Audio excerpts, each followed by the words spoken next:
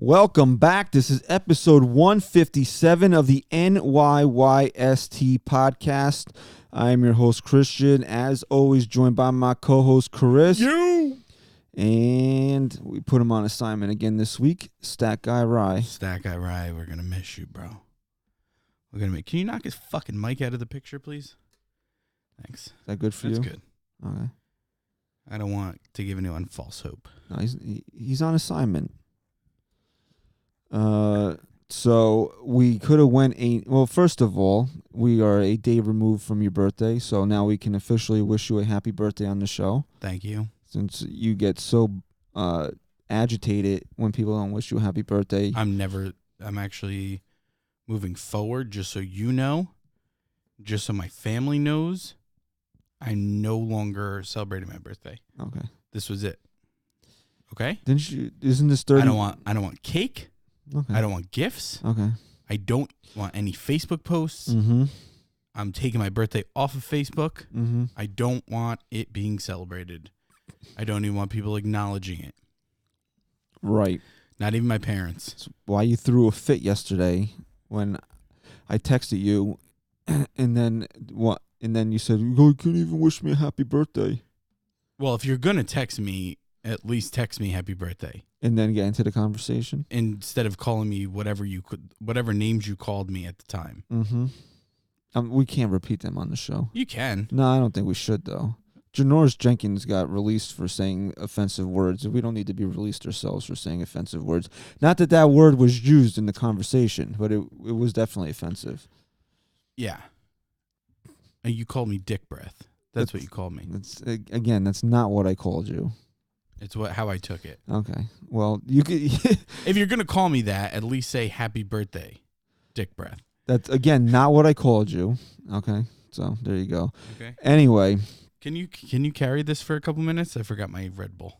Where are you going? Right downstairs. Okay. So go right, downstairs. Go. We were we were hoping to record earlier in the week, but stuff happens in life, and we couldn't get together because after the Cole signing, we thought it would be good to hop on midweek.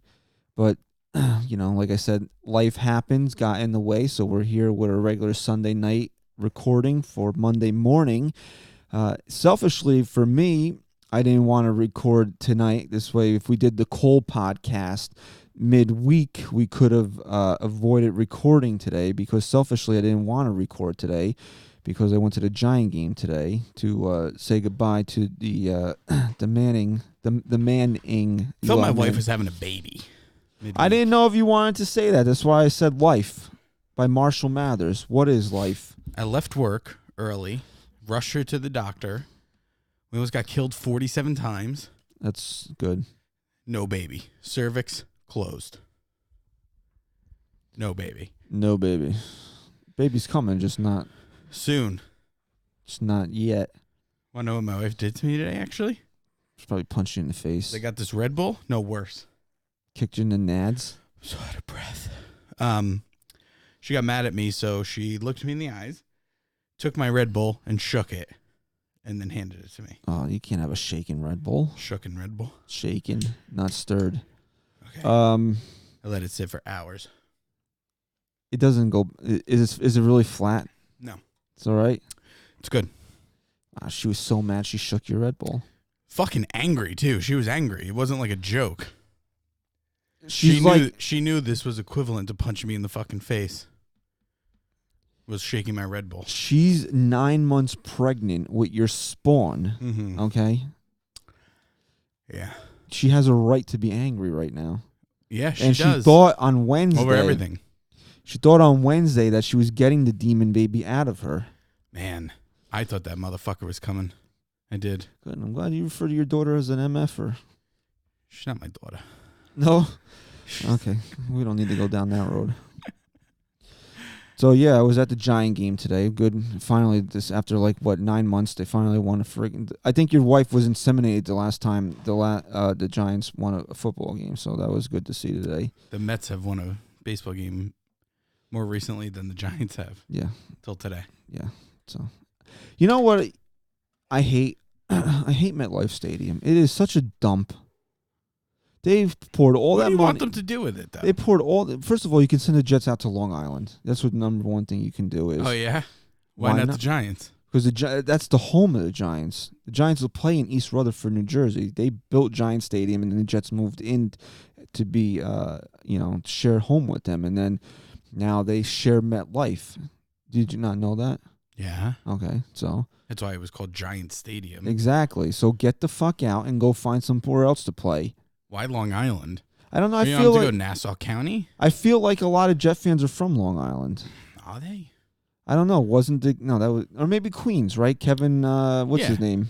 Yeah, Kevin James. Kevin James, right? He's a big Jet fan. King of Queens. The Mets and Jets can share a parking lot, right? Like the Ravens and the Orioles do. Okay, you could do that. Yeah. Or who else is it? The Tigers and the Lions, right? Ford Field and Comerica are right next to each other. You could do that. Then you got Pittsburgh. You have PNC and Heinz. They're close to each other? They're right next to one another. I did not know that. Beautiful. You got Citizens Bank and... Yeah, the link is right there. Yeah. Okay, so you could easily do that. And not have this billion-dollar monstrosity in East Rutherford. Can you keep your hand on your side? My hand is right here. So you think that's the first problem? The first problem, yeah, because it's just gray. It's dingy and gray and disgusting. Like there's building has no personality whatsoever. Okay. And the second part of it is that the Giants already claimed the area. Fine. So now you're stuck with it. But it's like really the worst climate zone in all of New Jersey. It really is. You just feel like you're breathing in pollution. It's always cold there. No matter what time of the year, it's always cold. When I saw the weather. Why? Because it's so open? I guess so swamps and everything. Open there. When I saw the weather for today, I was like, wow, mid-40s. It was no gorgeous precipitation. It was gorgeous out here. For mid-December, New Jersey, you can't ask for more than that. It was freezing at the game. You could not have enough layers on. I can only imagine what it'd been like if it was like imagine going 2 weeks ago when I went game. When it was fucking 30 degrees and raining. I've been at Giant Stadium when it was 30 degrees and raining. It's not fun at all. So tell me something before we get into real news. But here's the thing. I went to a concert at MetLife Stadium in July, and it was cold. That's how bad they really. I don't know. It is. You're right. It's very weird climate. Like you can hop out. Like you're breathing in carbon monoxide. As soon as you hit Route 3, you're back into normal realm. But how was it for Eli? Did you feel the mystique? Did you feel your balls tingling a little bit? Why do you gotta be weird when all the Eli time? came out? Why you gotta be weird all the time? Because I need to know. No, my balls don't tingle for football players. Okay. Okay. They don't. Okay. Yeah, the fan. It was. Or was it a letdown? I mean, be honest. It wasn't. Don't cover it up. It wasn't really a letdown. The fans. The stadium was. I don't know. It was a little bit more full than I thought it would be. I guess some people came out to see Eli play. They tried. There was some Eli chants. They weren't deafening or overwhelming, but the fans tried their best. It wasn't.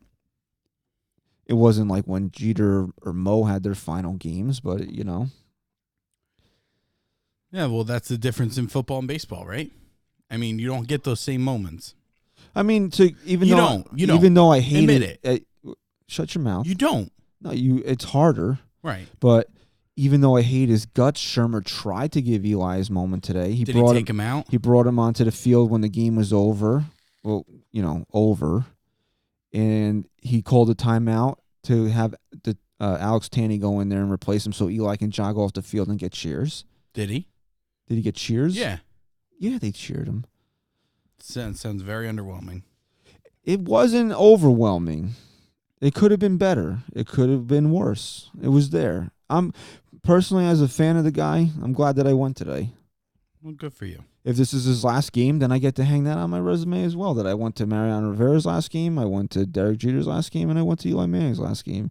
All, I would say, I think it should be his last game. He won. He's 500.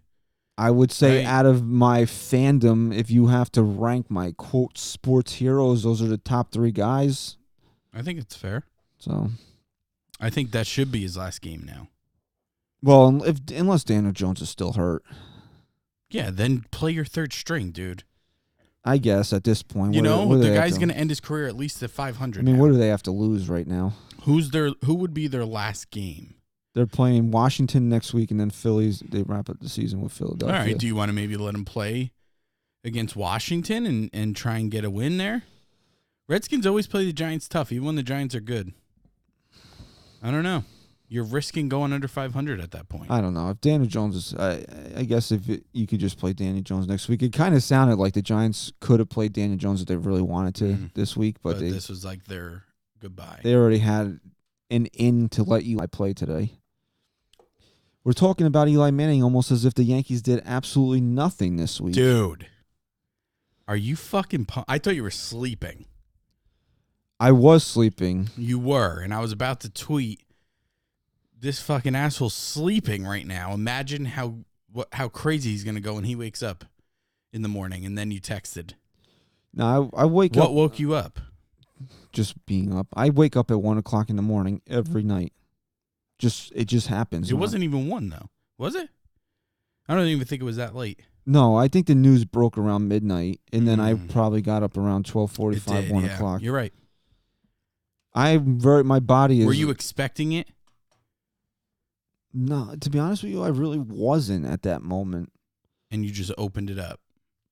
I was I was looking for it because I had a feeling something could happen, but I wasn't like I didn't wake up and expect it. Be like, right. Yeah.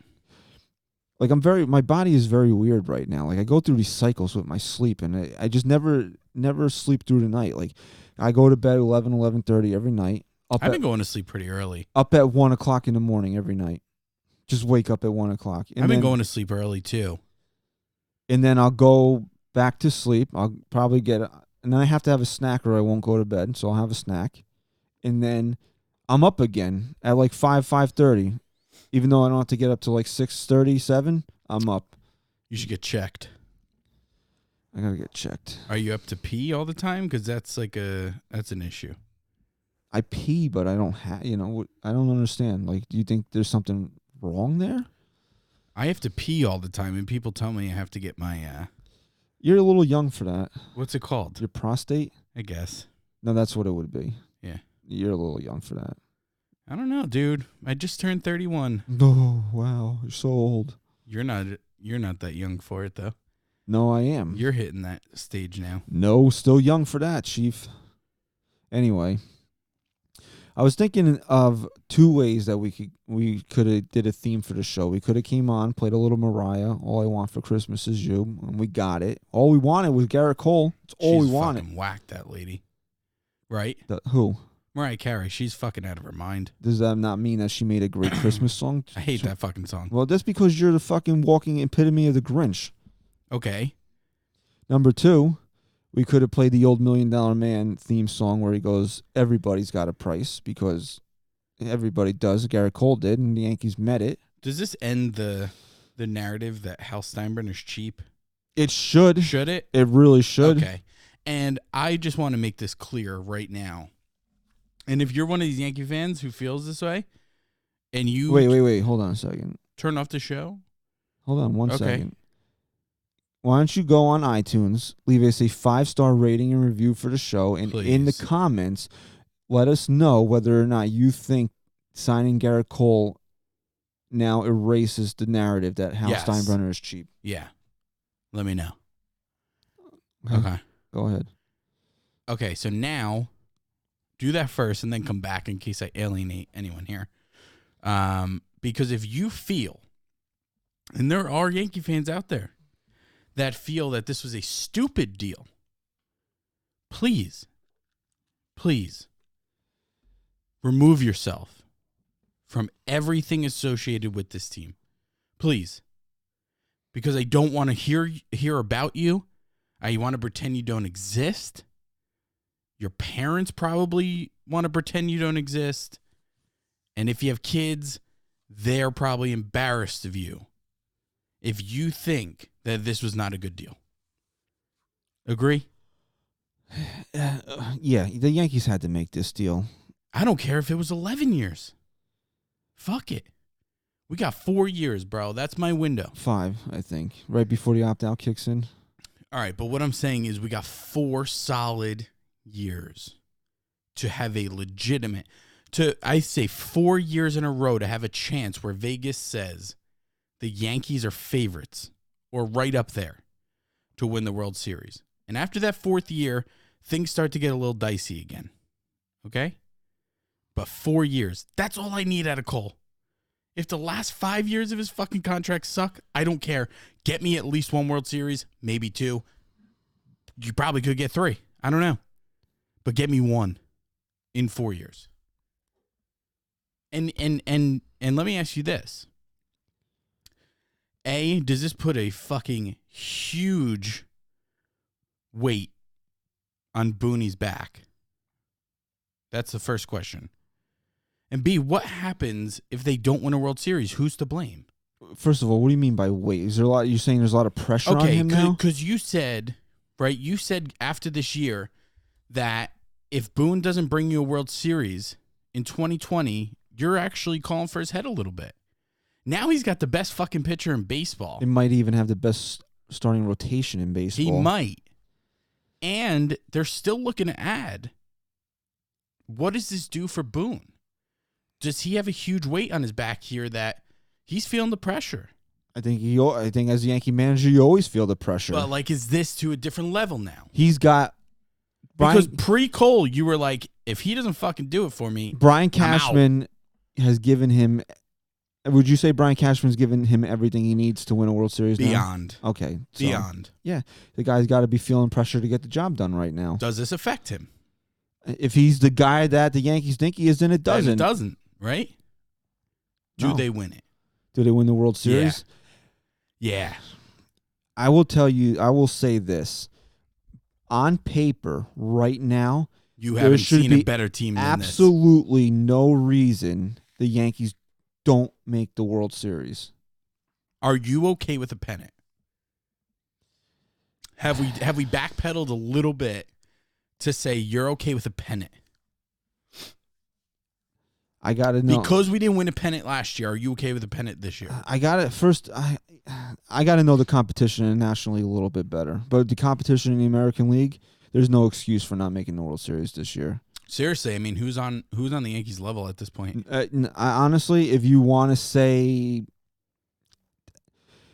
you never know what the Rays are going to be capable of, but I just don't see the talent level being there to match the Yankees through 162 or even a best of 5 or 7. You know what's amazing about this team? Like, they're scary throughout the year, but when's the last time you said, yeah, this team's scary through 162 games, but you know when they're really scary? In the fucking postseason. Who's this, the Yankees? Yeah. Like, how scary are they in the postseason? Again, it's all going to come down to what they do with their bats. Their pitching is going to... I really can't see a scenario where their pitching, bullpen, or starting lets them down in the postseason now with Cole here. And here's an underrated thing about Gerrit Cole being here now. Chad Green gets to go back to being a full-time reliever. Yeah. You don't have to worry about him being an opener anymore. Yeah, it's big. So now even if you lose Betances... Or do you fill him in the 5 spot? Who, Green? Yeah, I mean, what's going on? Why would you do that? Hap's going. Hap's even if they trade Hap, what about Montgomery? Nah. I'm done with him. Why are you done with him? I don't know. I'm done with him. I think that's ridiculous to be done with him.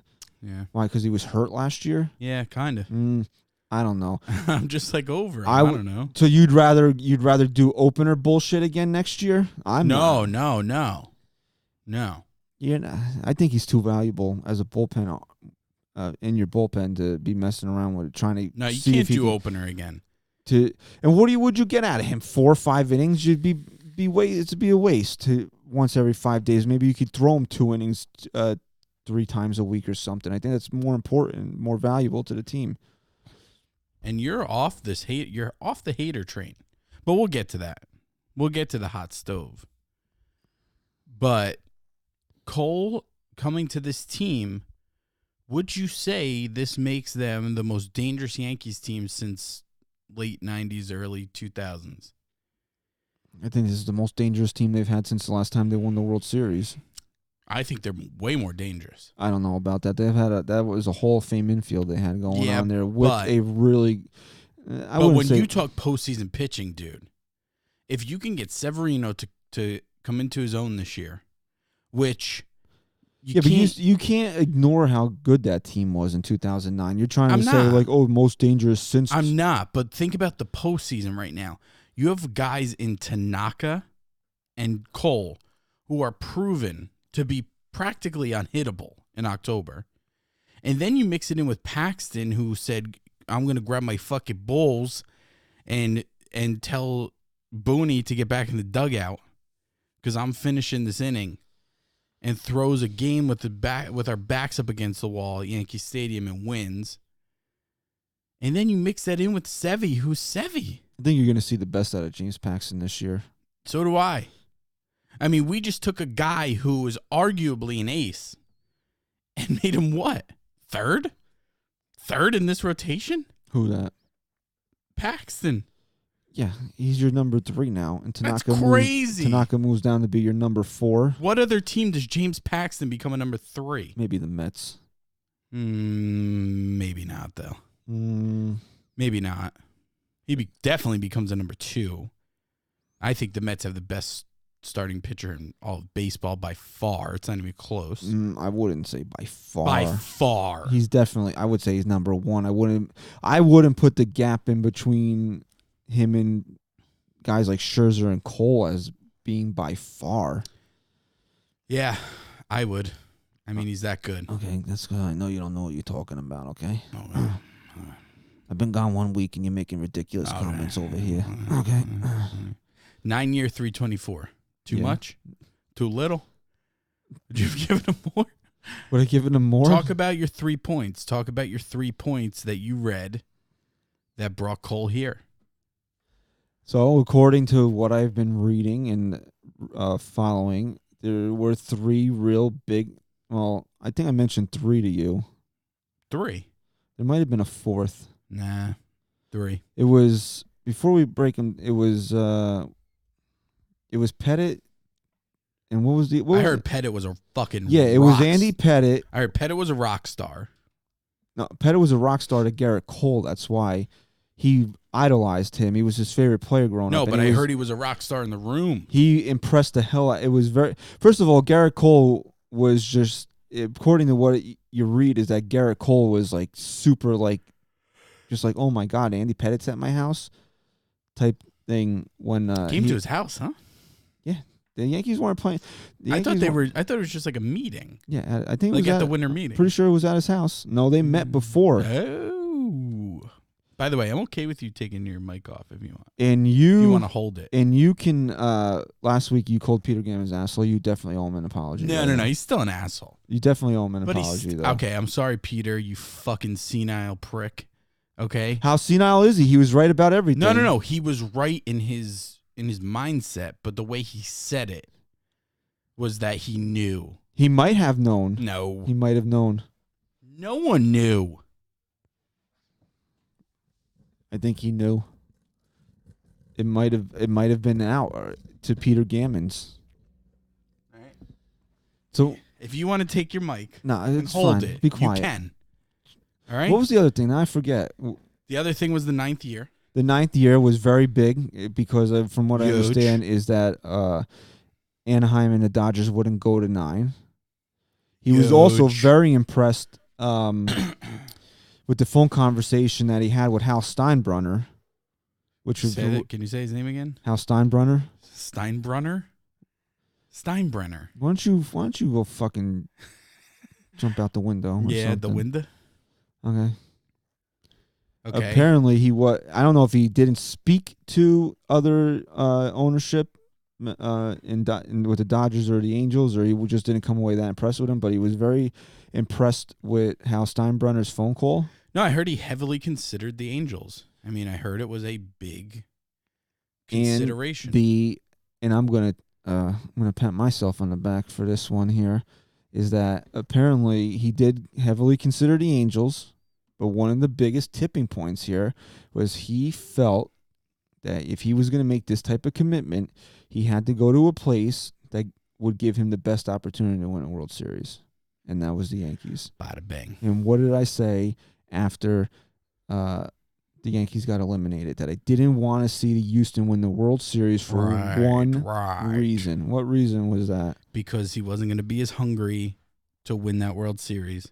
And he probably... And you was right, bro. And he probably would... Maybe if he wins that World Series, maybe we're talking about something different here. Maybe we are. Maybe he's like, I got my ring. I know I'm going to get my $300 million. Let me go home.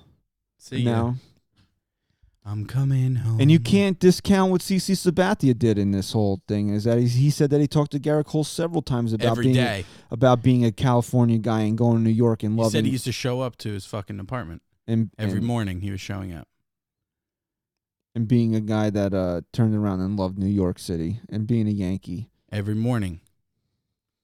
Hey, Gerrit, you hate me. More than usual? Yeah. Did you get lit last night? You got a little lit up last night. Nah. It hit. Came and gone? It came and went. Came and went? Yeah.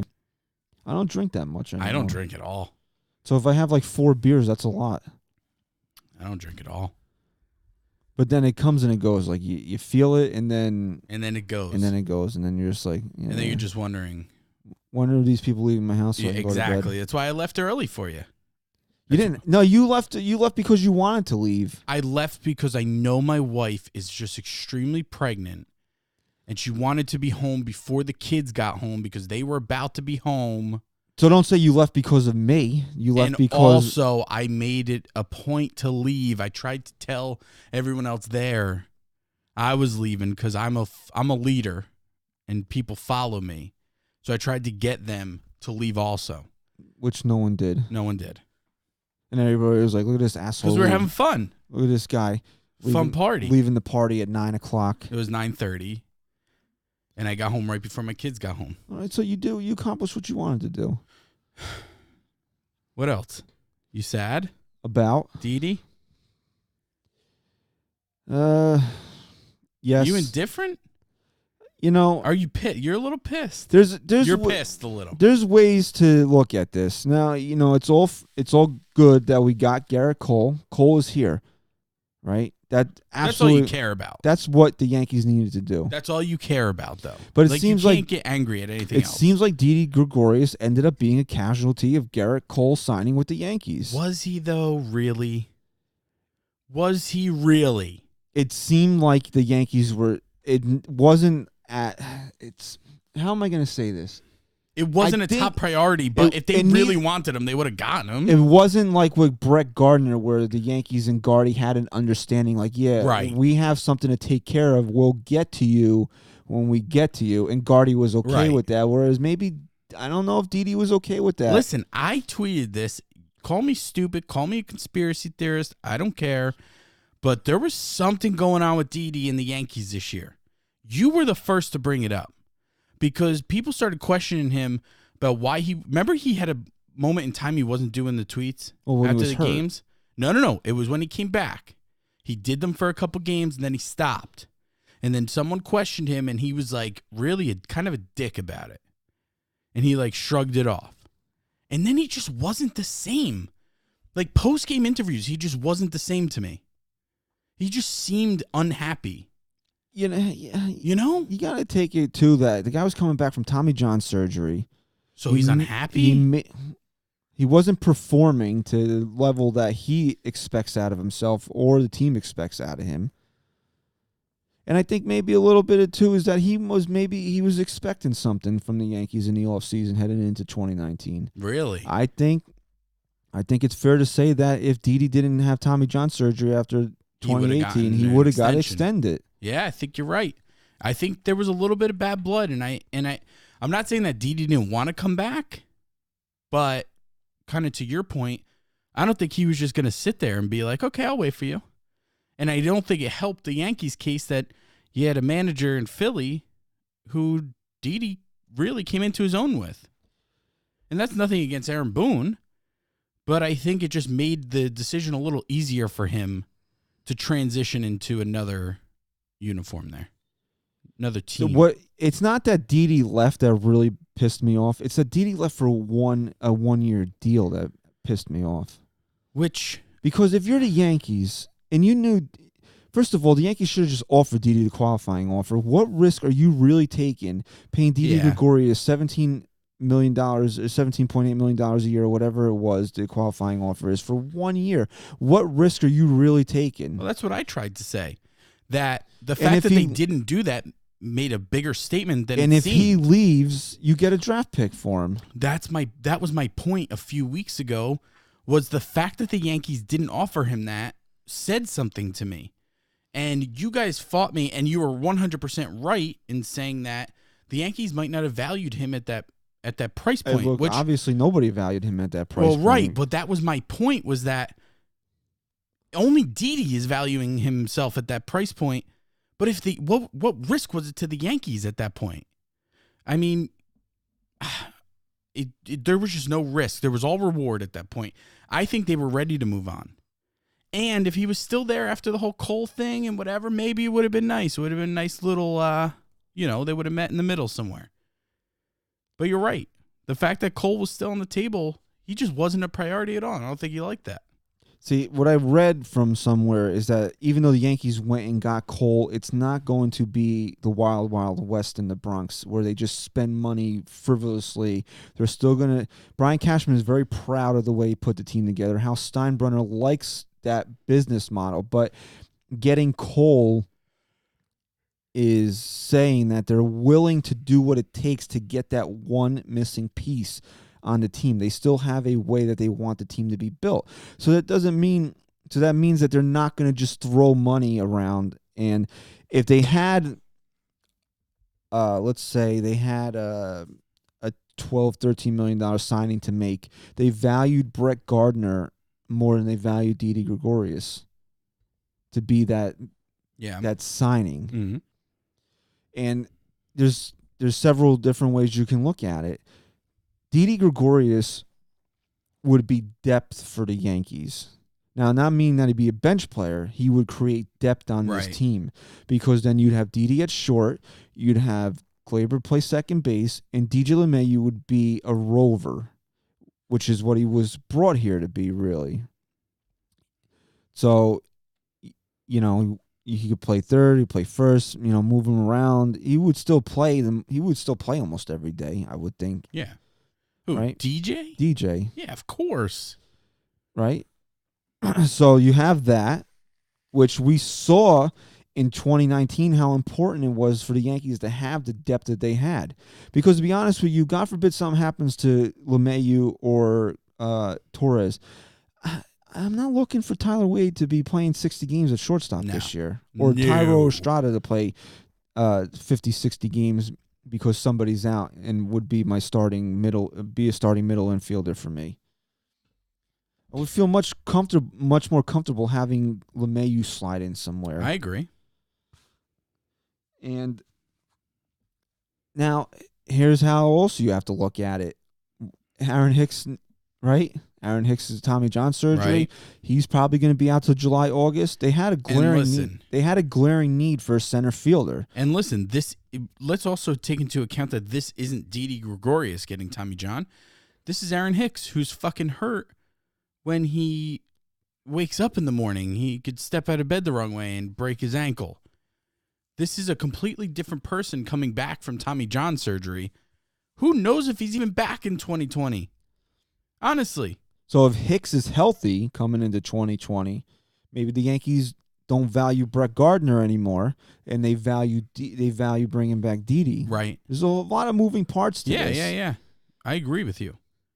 Didi really got screwed, not just with Cole, not just with the whole, focus on Cole, but the fact that the Yankees have that type of depth right now in the infield and not so much in the outfield anymore. I think a lot of people are still high on Tyler Wade and cocaine in this organization. Really? You think so? I think he proved a lot last year. I think he did a lot last year, yeah. That he played... He's feisty. He played left field adequately. Yeah. And he showed... Better than Clint Frazier. He showed a little a little competency with the bat last year, He which did. he never had Never. in any of the times that he's been up here before. Could be steroids because he was popping. He was hitting the ball pretty hard. Okay, you know that he was doing steroids. No, I said it could be. It probably wasn't. Probably wasn't. Still a good chance Some that guys it was. are a little late bloom. I wouldn't. Not saying he's going to be a 300 hitter, but we never even expected Tyler Wade to be a 250 hitter. Dude, Gio Urshela about it. What last year? 320. I thought he was a 220 hitter. So you're right. Could be steroids. Maybe not. Maybe it was. Yeah, you just say that shit to be funny, but you have no factual basis on it. So why let's talk facts. He did look kind of jacked when he got back. Like he hit the weight room hard. Okay. Does that mean that he did steroids? No. There's always a possibility. I don't think so. No, he definitely I'm didn't. pretty sure he probably would have got tested already. He definitely didn't. So you owe Tyler Wade an apology. No, I don't. I think They're not testing for weed anymore. in the minor leagues. Yeah. Oh, really? Not major leagues? I'm pretty sure MLB made it too. I don't think they ever tested for it. Maybe. Because I didn't. remember reading that they are not testing for it in the minor league level anymore. Yeah, then major leagues also just came out with it. I don't know. Who cares if people smoke weed? I'm not a weed guy. But it's not. We don't need to get into that debate.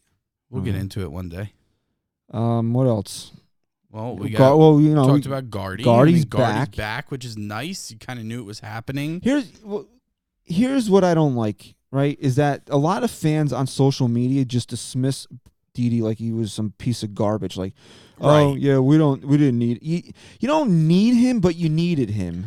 If that makes any sense. Look, here's where the analytics piss me off. When it was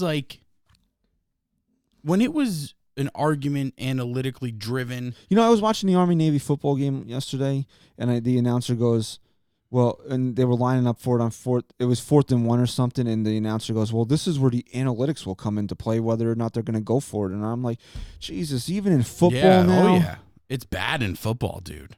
It's real bad. I'm like, can we get away from this in one sport? No, it's bad in football. And I know they use it in basketball. It's the worst in football. I know they use it in basketball. I've heard them talk about analytics in basketball. But when your argument was analytically driven, and that's where you were going with it, fine.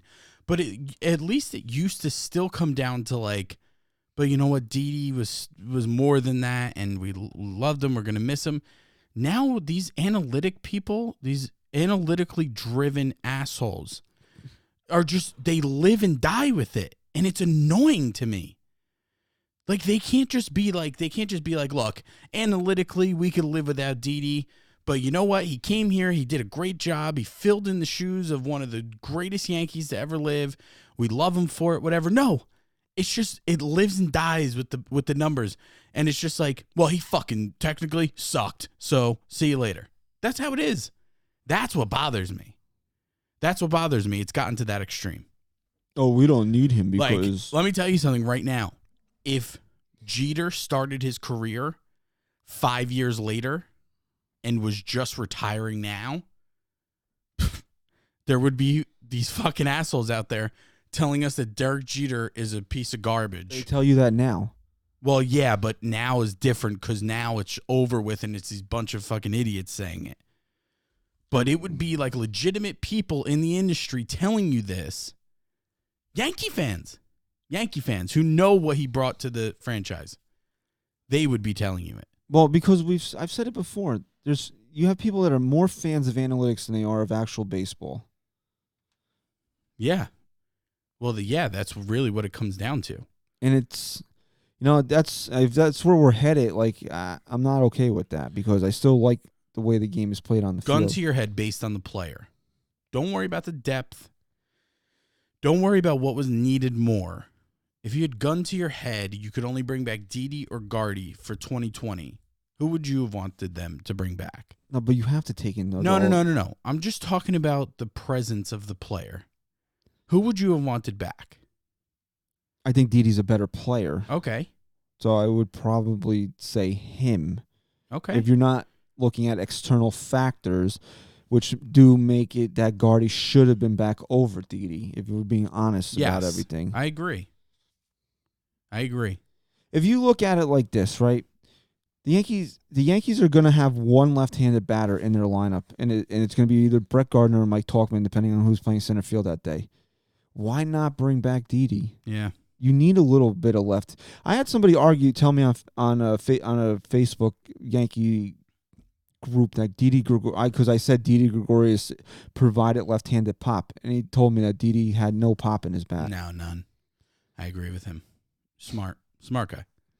And I think in 5 seasons with the Yankees, Didi averaged 19 home runs. Yeah, as a first baseman? But mind you, Was he a shortstop? But look, it's very skewed because Didi in his first season with the Yankees hit 9 home runs, I think, and then last year he missed half the season. Right.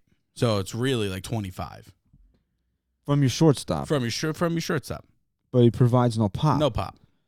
And his swing is tailor-made for Yankee Stadium. No pop. Yeah, considering the guy's never hit an opposite field home run. I don't think he has. He hasn't. In his Yankee career, at least. I don't know about before. I don't know what's going to happen after. He never. I can't recall unless you're going about. No, I'm being serious. Based off of actual numbers that you know this. I don't recall him ever going. No, he's never went oppo on a home run ever. Ever. Then this same person told me he was a good bunter. Then when I looked it up, that Didi had never bunted. He had I believe he had 8 or 9 bunts in his career with the Yankees. 7 popped up probably. 7 of them came in the first 2 years of being a Yankee. He had none in 17, 1 last year, and none this year. But he's a good bunter. Great bunter. And these are the people that are telling you, yes, he sucks. Yeah, okay. So great people. What else in the hot stove? We got a couple things. Brett Gardner. Gardy, hot stove? No. Done. Locked up. Bro. Are you okay with paying him what they paid him? Sure. I don't even know what they paid him. I really don't. I have no idea. I didn't care. Didn't care to look into it. Did not give a fuck. I don't know if he's getting 12.5 this year. Whoa, that's a little crazy. or they're including the fact that he's getting it's 10 with a buyout, and they're including the buyout because there's an option for 2021 on the deal. So I think in effect he's getting paid like $12.5 million this year. Fine with it, man. Come on, I'm fine with it.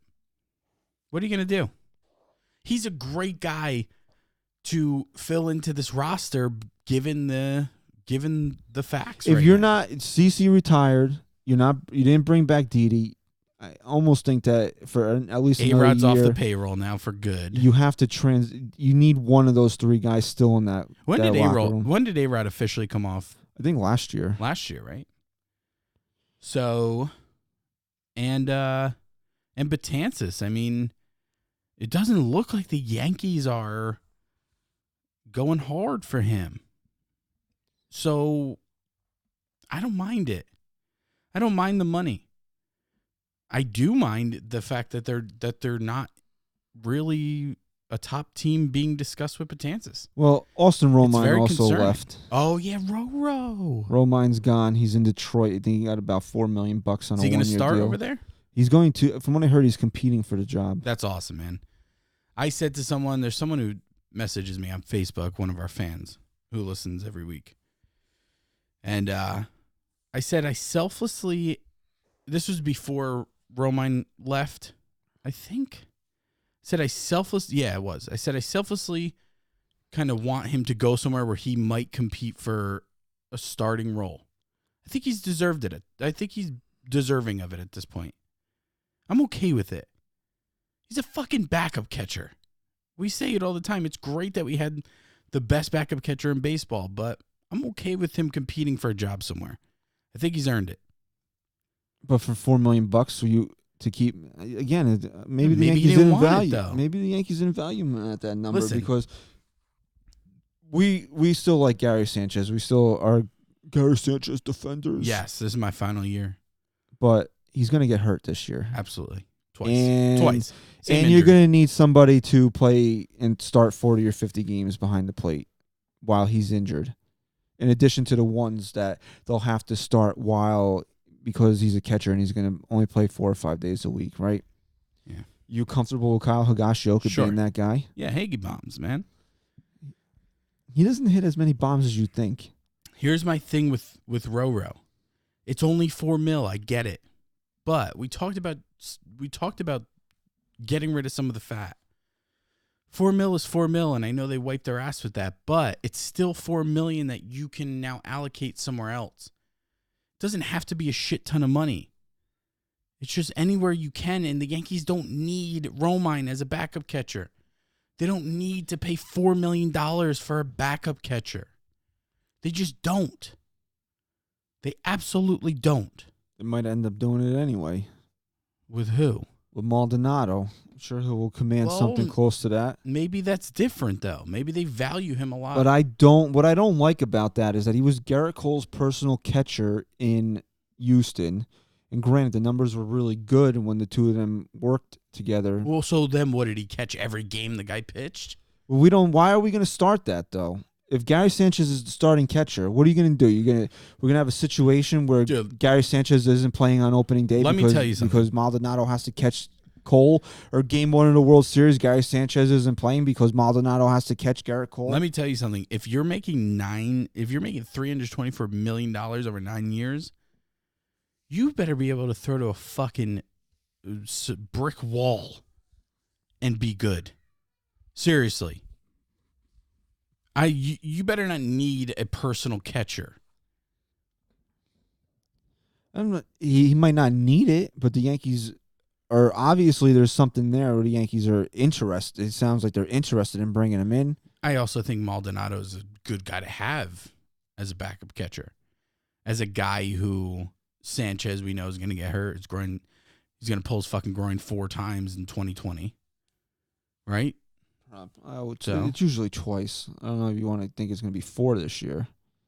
And then you got, we got to talk about this bullpen. They need a guy. I don't know if they need a guy. No? Well, you got Greeny back in. You're going to go Green, Canely,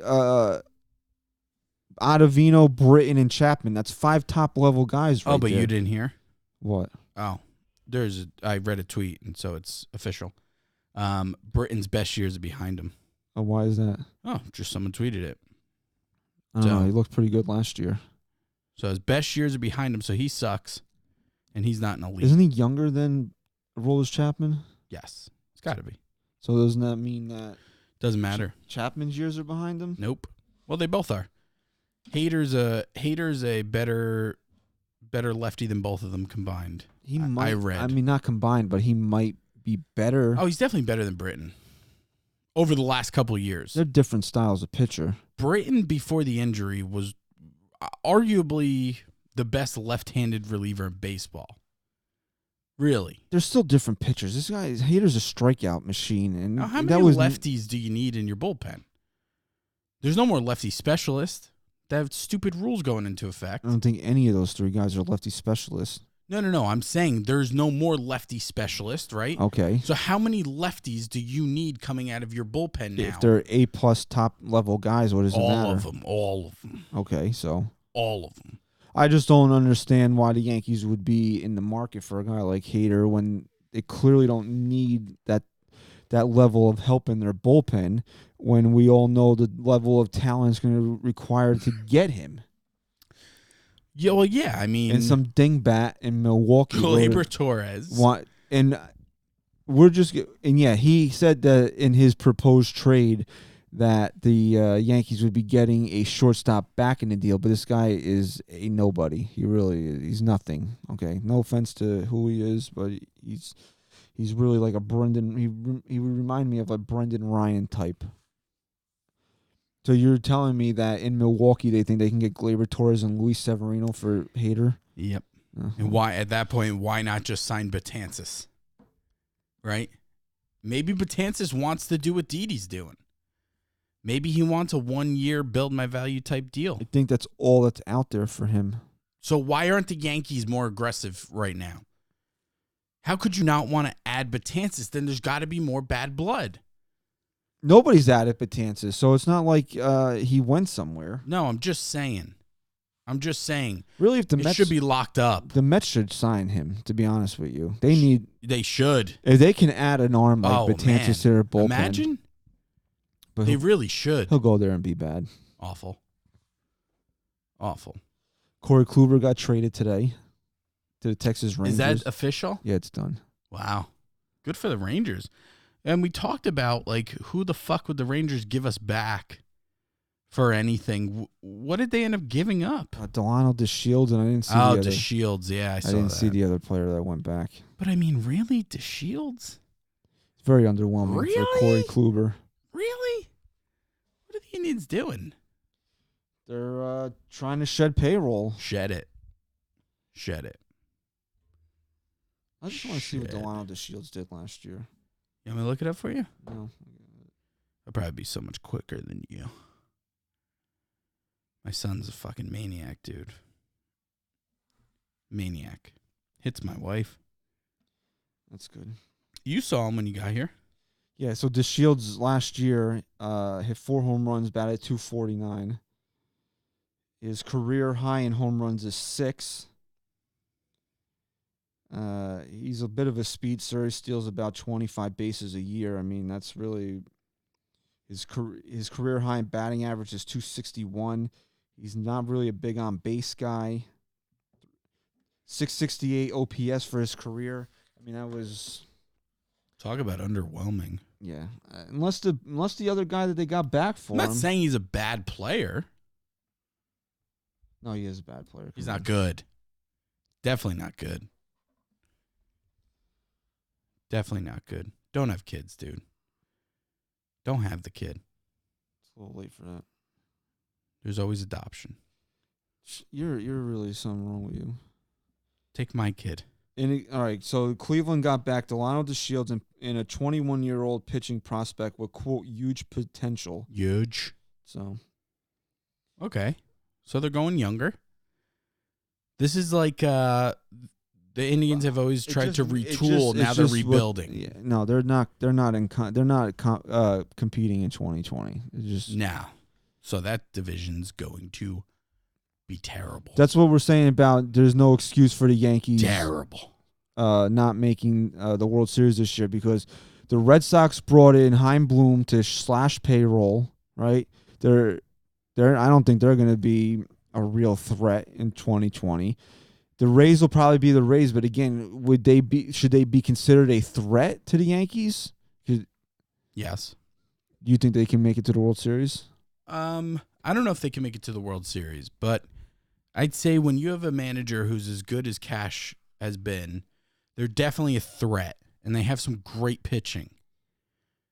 But are they built to make the World Series right now? Absolutely not. So in a sense of stopping them, no. But will they be more than just a thorn in their side this year? Absolutely. No, they'll be good, but I don't think that the Yankees would. Should be looking at the Rays and being like, "That's the team that's going to keep us from the World Series." They're not a roadblock. The Yankees have no excuse. Really, so then you go to the Central. Every year you could say the Astros have been that excuse. There's no White Sox, excuse. The White Sox, Tigers, and Royals are bad. Awful. White Sox might be the best out of everyone you just. Cleveland has just proven that they're not looking to compete in 2020. Gone. And the Twins, we know what the Twins are. Twins are good, but come on. They're the Twins. They're from Minnesota. And then does anybody in the West scare you? No. Can Houston compete at the same level? Sure. But will they? No. One of these years, Justin Verlander is not going to be Justin Verlander. I don't know, and dude. if he's not an ace for them, they really are going to be in a lot of trouble this year. If Gerrit Cole sucks for the Yankees this year, are you willing to say that they possibly are cheating with the pitching as well? Because I think Evan Roberts brought this up, or somebody did. Charlie Morton being really, really good in Tampa Bay last year makes you feel a lot better about Gerrit Cole in New York, because if it was just whatever they were doing, then Charlie Morton shouldn't have had the success that he had in Tampa last year. Yeah, they got some great pitching coaches, great technology. Whatever they're doing is working in Houston, and you hope it rubs off a little. You hope that Cole runs with it in New York. You hope he brings something new to the table with Matt Blake. And you hope it just rubs off on everyone. So really, again, if you're looking at it, the main competition, again, for the Yankees getting the World Series is Houston. But you just subtracted a big piece from them and put it on your team. Sure. And you got a stigma around them now. So that should really, there really should be no excuses this year for them getting to the World Series. Listen, and we've talked about Sevy needing to take that next step. I think getting a guy like Cole is so much more than just Cole himself.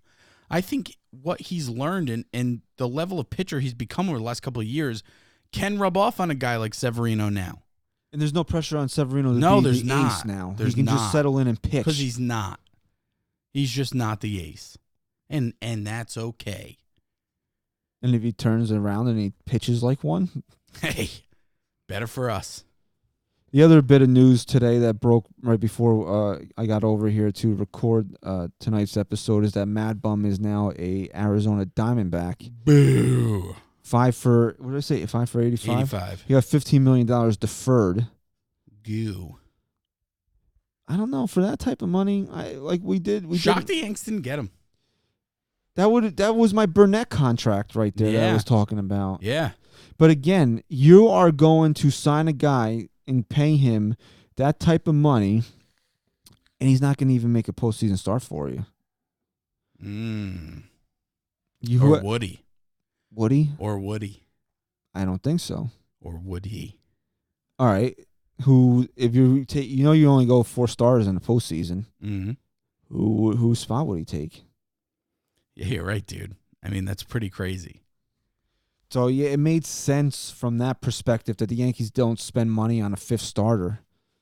That's why a guy like Montgomery can fill in, or even if they don't trade Hap, who cares who their 5th starter is? Yeah. I'm okay with Hap being a 5th. Honestly, if Hap pitches to a 9 ERA this year, the only thing that I tell you that is guaranteed about the Yankees this year is that J Hap will be the 5th starter and he pitches to a 9 ERA. Do you feel any differently about this team whatsoever? No. So it really doesn't matter who pitches in the 5 spot as long as it's not an opener situation and the guy's an actual starting pitcher. Hey, what about the dude down there, man? What about Garcia? I don't know. Again, Garcia might be ready, man. I don't know. If I don't know, maybe later on in the year. Maybe. You got this. Again, we don't know what the hell's going on with Domingo Germán. He's going to be suspended. Wow, you forget about him. He's going to be suspended in all likelihood. Yeah. Yeah. I keep forgetting about him. So, how much of a suspension? We don't know. We don't know. Could be a month. Could be a year. I don't think he's going to. No one's ever gotten suspended a year for domestic situation. Should be fucking banned for life. Jose Reyes threw his wife through a friggin' window and he didn't even get a year. Scumbag. No, that is really not that you ever want to say. There's no levels of domestic. But you're real scummy. Slapping your wife is really. Window. I mean, slapping your wife is bad. Yeah, you're a scumbag piece of garbage if you do that. But there's a whole nother level to it of when you're throwing a fucking woman or anyone being, for that matter, through a window. For Christ's sake, Christ! What is? Now you're like a fucking serial killer. Seriously. Do you want to forgive a mistake? Fine, but how do you How do you forgive somebody for throwing somebody through a window? You can't. You can't. It was in a window, right? Yeah, it was a fucking window, man. That was fucked up. I'm running with that. Window. All right. Can we fucking wrap up for soon? Because my son is abusing. You want to talk about abuse? Abusing my wife. Abusing her. All right, just hold on. He's a maniac. Love the kid. Maniac. You looking up Jose Reyes? Yeah. You ever have his wine? Cabernet Reyes? Hold on. I think it was called. A+ wine. A+ wine. It was actually a sliding glass balcony door. Worse. Okay, so let's be factual here. It wasn't an actual window. It was a sliding glass door. Worse. Threw it right through it. So fucking scumbag. This is just something I don't have I don't tolerate any of it, but that's the worst. And it's just, yeah, we're gonna say that, but we have 2 guys that have domestic abuse stains on them on the Yankees. And that's the dilemma of being a sports fan, is that you kind of almost have to look past that because you're rooting for the laundry. Okay, but here's my problem. here's where a line is drawn for me. Chapman never had charges brought against him. And I know that there's a lot that goes into that as well. But if Chapman had charges brought against him and things were proven in the court of law, and then the Yankees still accepted that, then I wouldn't support Chapman. But I to this day, because it's never fully came out, don't know exactly what happened. If Herman is brought to that point There was some sort of physical altercation, and then he went and shot a gun in his garage. Yeah. And is there court documents that prove this? There was a police report filed. Then that's fucked up. No shit. That's fucked up, man. I don't know. Look, I try and just like I separate politics with entertainment and sports. I know it's like turning a blind eye, but look, I root for the Yankees. I don't root for Aroldis Chapman. I don't root for one guy. I root for all of them in one. And it's really, at that point, the Yankees' responsibility to tell me who I should and shouldn't be rooting for. And again, it all comes down to winning. The Yankees want to win. They want to win. Signed it. There's no moral high ground when it comes to winning. There's not. The guy's available to play, he plays. And you just, at this point, you hope that it never happens again. Yeah, exactly. So, we got Cole in her stocking. Normally when your parents threaten you with coal in your stocking, you cry. But you're very happy about it this year. The Gardy party continues. Another year of the Gardy party. I think he's going to play forever. Roro and Didi gone. Love them both. And two former aces. I guess you can call them both former aces. Find new teams now. Let's do it. Mad Bum in Arizona and Kluber to the Rangers. Fucking do it, baby. I'm ready for 2020. So just before we get to 2020, a little look ahead here for us. Next week we'll record on December 22nd. That'll be our final show before Christmas. It will be a kind of a festive show for us. You want to wear Santa hats? I'll figure it out. I'm going to wear my Santa hat. It will, unless something kind of crazy happens baseball-wise, it will be a much more lighthearted and holiday-themed show. So yeah, let's just fuck around that show. We'll have a little bit of fun with that one. And then the final show of the year we'll record on December 29th, which is actually might be a big day in your life. Maybe. It will, every... The babies due that day. Every long-running show has a clip show, and we'll actually be doing a clip show that day. So we're going to take a little holiday break, so just so everybody's aware of that. All right, let me go save my wife, please. All right, go save your wife. And you want to drink next episode? Like the fun show? I'll get some eggnog? I've never actually had eggnog. Me neither. All right. So go to Twitter. Follow us on Twitter at NYY Sports Talk. Do you hear the yelling? Right. He's a maniac. All right. Well, we know where he gets that from. Me. Okay. So thank you for listening to episode 157 of the NYY Sports Talk podcast. Stat Guy Rise on assignment. So, Chris, say goodbye. Peace.